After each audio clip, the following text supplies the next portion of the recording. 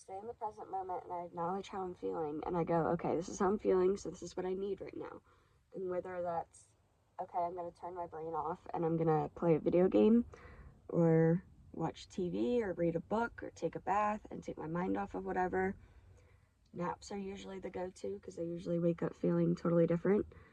But with time, you reprogram your brain.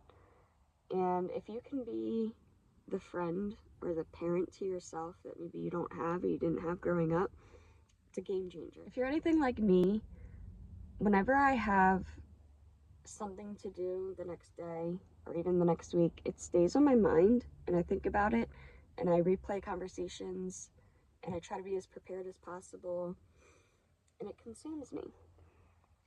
So instead, I worry about today because I'm not going to let tomorrow's worries take away from today. So if I have nothing to do today, I'm going to embrace it and I'm going to enjoy it.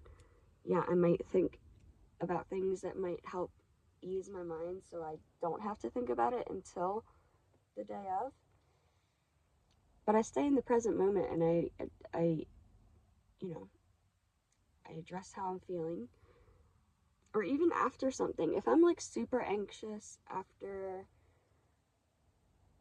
going somewhere new for the first time, that's my biggest trigger, is new places, new faces, places I haven't been before, people I haven't met before. Those are my biggest triggers for my anxiety these days. But I'll kind of like, I don't know if it's like putting on a persona or I don't want to say it's like putting on a mask because it is myself. It's just my more confident self. And like, I kind of imagine like my real self is retreating. And the way I think of it like that is because in front of the people closest to me, I can be my full self. But if I'm meeting a stranger, I have a different voice or like a customer service voice. And doing that makes me feel like I'm not 1,000% authentic. And I can get in my head, like, it used to be really bad, but I've worked on it a lot. But I would be constantly thinking about, oh my God, does my hair look okay? Is my makeup okay?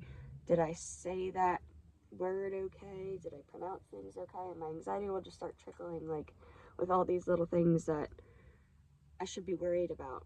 But I ignore them, and I put on this facade or whatever to get through what I'm getting through.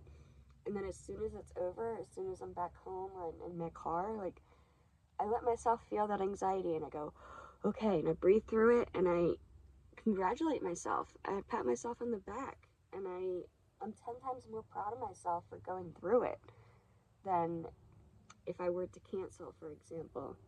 If I let the anxieties fear me into canceling because I'd rather be in my comfort zone at home, then I wouldn't feel the growth and I wouldn't feel the pride that I do for myself.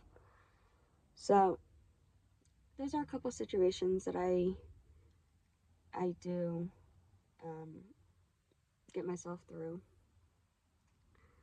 And, anxiety is a difficult topic, and everybody has it, and especially people in recovery, because before we would just drink or use to, cover it up to get through it. And now that we're left with just ourselves, we have to get ourselves through it. And not everybody has a loving family or group of friends that, you can vent to or talk about or, hype you up. So we gotta be our own person. But if you take anything away from this, anxiety just doesn't go away. For some people, we gotta work through it and we gotta have healthy coping mechanisms and skills to get through it. And just know that you can get through it because anxiety and fear is just a lie half the time. It's a false sense of security and safety. But we don't have to be in fight or flight anymore. We can manage going to new places and meeting new people, even if we have our time limits. Because if it goes on longer than I anticipate, I get very anxious and need to resort back to my safe space. But if this resonated with you or it helped you at all, please hit the like button, subscribe for more content like this, and if you took anything from this video or you have anything to add that you maybe do in your own life, you know, comment below and start a discussion. I want to try to start getting people to start discussions in the comments and learn from each other. I mean, that's what this is all about. I can share my experiences and my stories and my thoughts all day, but I'd like to hear from you guys too. So remember to stay kind to yourself. I love you, and I'm so proud of you, and I'll see you in the next one.